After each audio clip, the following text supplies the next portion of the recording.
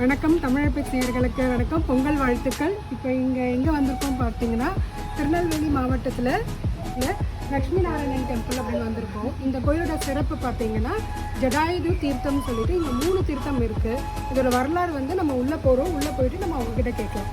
வாங்க மக்கள், உள்ளே போகலாம்.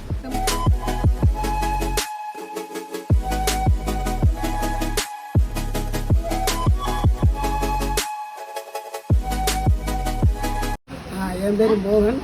நான் அந்த ஜடாயுத்தி கோயிலில் வந்து அர்ச்சகராக இருக்கேன். இந்த கோயில் வந்து ராமாயணத்துக்கு இந்த கோயிலுக்கு சம்மந்தப்பட்ட கோயில். ஜடாய்க்கு மோட்சம் கொடுத்த கோயில் இது. சீதையை வந்து ராவணை கடத்தி கொண்டு போகும்போது ஜடாயு பிரிவு கேள்விப்பட்டிருப்பீங்க. ஜடாயு யாருக்கிட்ட கலியுக அரசன் ஜடாயு. அவர் தான் பஞ்சோடி விலை வந்து சீதையை பாதுகாத்துட்டு இருக்காரு. இப்போ ராமலட்சுமணன் 2 பேரும் இந்த கோடை போட்டு மான தேடி வெளில போயிடுறாங்க.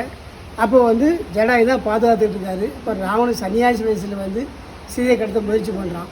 அப்போ ஜடாயு சொல்கிறாரு, நீ சீதையை வந்து கடத்தி கொண்டு போக தப்பு அப்படிங்கிறாரு. அவன் கேட்க மாட்டேங்கிறான். 2 பேரும் வாக்குவாதம் போட்டு சண்டை வந்துடுது. சண்டை வரும்போது அவனை ராவணனால் சமாளிக்க முடியல. ஜடாயோட தாக்கத்தை ராவனுக்கு சமாளிக்க முடியல. அப்போ கேட்குறான் ராவணன் ஜடாயிட்ட கேட்குறான், உன் உயிர் எங்கே இருக்குது, உன்னை சமாளிக்க முடியலையே. அவன் கேட்கும்போது என் உயிர் ரெக்கையில் இருக்குன்னாலும் முடிஞ்சே பார்த்துக்கோ அப்படிங்கிறாரு. அவனுக்கு ஈஸியாக போச்சு. அவன் பெரிய சிவபக்தன். சிவன்ட்ட எல்லா வார்த்தையும் வாங்கி வச்சுருக்கான். சிவன்ட்டு வருவாங்களே வாழை வர வச்சிடறான். அது பேர் சந்திரகாசுங்கிற வாள்.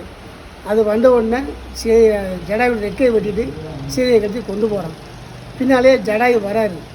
புற்றின் குறையும் பின்னாடி ஜடாயு வராரு. இதுக்கு மேலே வந்து அவரால் பறக்க முடியல. ஜடாயு பறக்க முடியாமல் வந்து விழுந்த இடம் இந்த இடம். அப்போ கீழே விழும்போது ராமா ராமா ராமா தான் கீழே விழுகிறாரு. இப்போ வனவாசம் பேர் காட்டில் இருக்காங்க. ராமலட்சுமணன் சத்தம் கேட்டு தேடி வந்து பார்க்குறாங்க. பார்க்கும்பொழுது ரெக்கை வெட்டு பின்னால ஜடாயு கீழே எடுத்தார். என்ன நினைக்கும்போது சீதையை வந்து ராவணை கட்டி கொண்டு போயிட்டான், நீ காப்பாற்றிக்கோ அப்படின்னு சொல்லிட்டு சீதையோட காட்சி கொடுக்குறாரு. சீதை இல்லையே. சீதை இல்லாத காரணத்தால் ஜடாயுவுக்கு ராமர் லட்சுமி நாராயணன் காட்சி கொடுக்குறாரு. இதை நீ பார்த்துக்கோ அப்படிங்கிறாரு. அப்போ தான் ஜடாயு ராமர்கிட்ட கேட்குறாரு, தண்ணி தாகமாக இருக்குது, கங்காத்தி தனக்கு வேணுங்கிறாரு. கங்காத்திக்கு வரைக்கும் போவார். காட்டுக்கு வந்தாச்சு. இப்போ கங்காத்தி வந்து வானம் விடுறாரு. ஊற்று ஒன்று வருது. அதான் ஜடாயு தீர்த்தம். விவசாயத்துக்கு பின்னால் பார்த்தது ஜடாயு தீர்த்தம். அப்போ முக்தி வேணுங்கிறாரு. முக்தி சிவன், எல்லாமே சிவன் தான். கீழே உள்ள சிவனை பிரதிஷ்டை பண்ணி சிவதீர்த்து கொண்டு பண்ணுறாரு.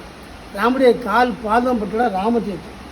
எல்லாம் சேர்ந்து ஓவர்ஃப்ளோ ஆகி போகுது. எடுங்க அப்படியே எல்லாம் சேர்ந்து ஓவர்ஃப்ளோ ஆகி போகுது. இது நேரம் ஆத்தகரம் மண்டபத்தில் போய் சேரும்.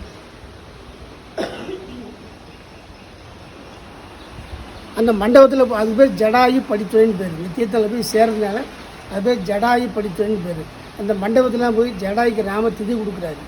இந்த சிறப்பான அம்சம் 3 அம்சம் என்னன்னு கேட்டால், ஒன்று அப்பாவுக்கு செய்யாது ஜடாய்க்கு செய்கிறாரு. 2வது பாருங்கள், இந்த கோயில் ஃபுல்லாக கிணத்து மேலே இருக்குது. கவர் பண்ணணும். ஜடாயு 3 தீர்த்துக்கு சேரக்கூடிய இடம் 3மே அந்த கிணத்துக்கு மேலே கோயிலே இருக்குது.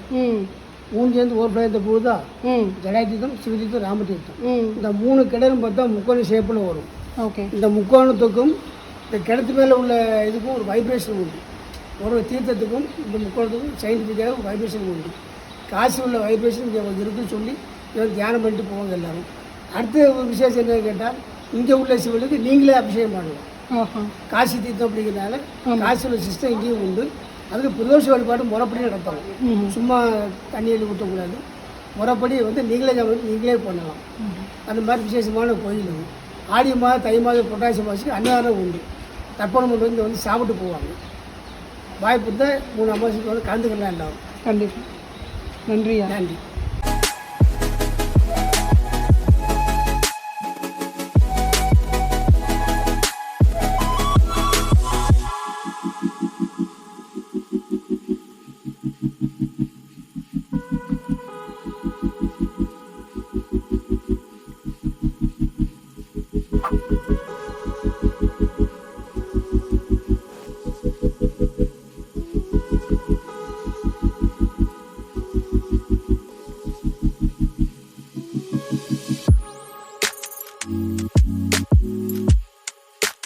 You